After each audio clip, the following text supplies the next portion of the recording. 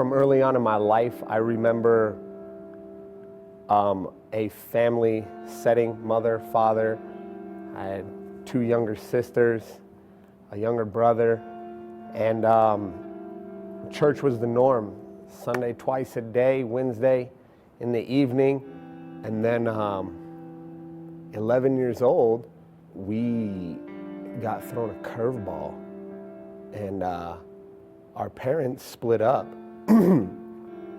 And that was difficult for me because I was very much, I looked up to my dad. He was my hero.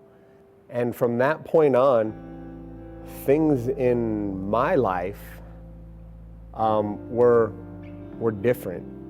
I remember being that same age, 11 years old, and that was the first time I smoked pot. And I fell in love with it.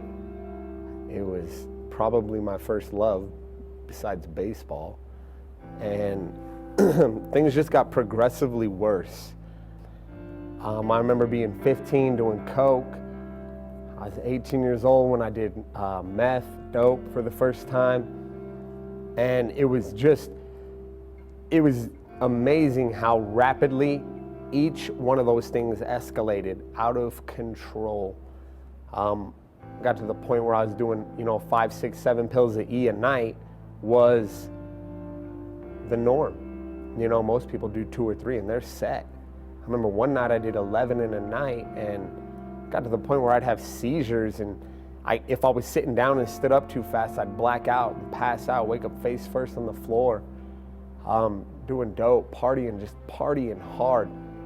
So I moved from Arizona at 25 to California, thinking that a change of scenery is gonna change me, but it didn't. I continued to do the same things. And I'm sitting in California one day, and I'm at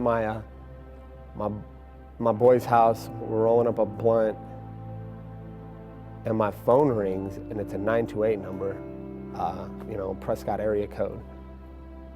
And I didn't give my number to anybody when I left Prescott. And I remember looking at it and thinking, somebody worked really hard to get this number. And so I stand up, I go outside, I answer it, and of all the people in the world, it's stinking Nate Rush. And he's like, Justin, what's up? And I was like, who's this? He goes, it's Nate Rush. And I was like, are you kidding me? Wow. I said, how did you get my number? He's like, oh, I got it from Brian Nicely. I said, oh my gosh.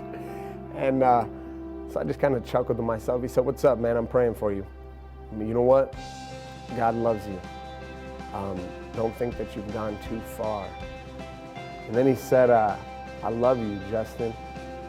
And that crushed me, because that's all I wanted. I just wanted to be loved for real.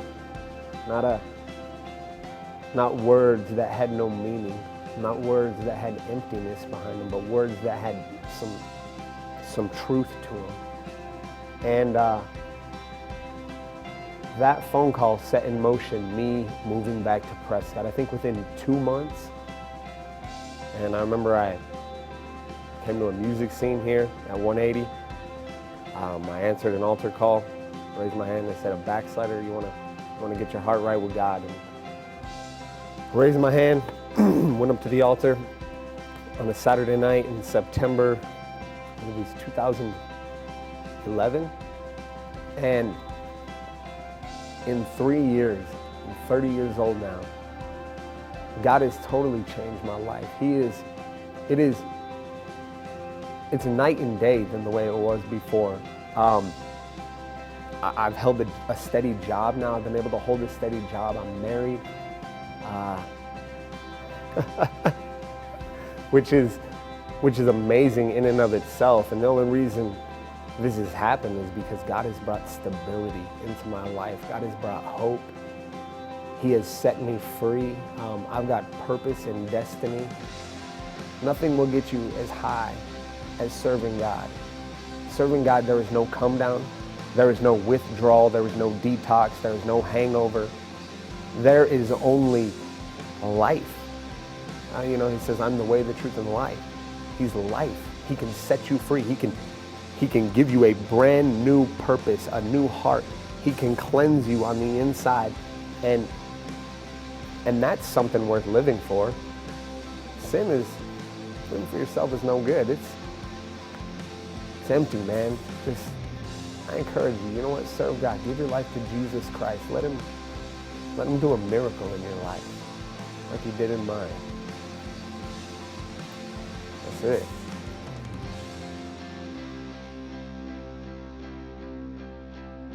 My name is Justin, and that's my life, 180.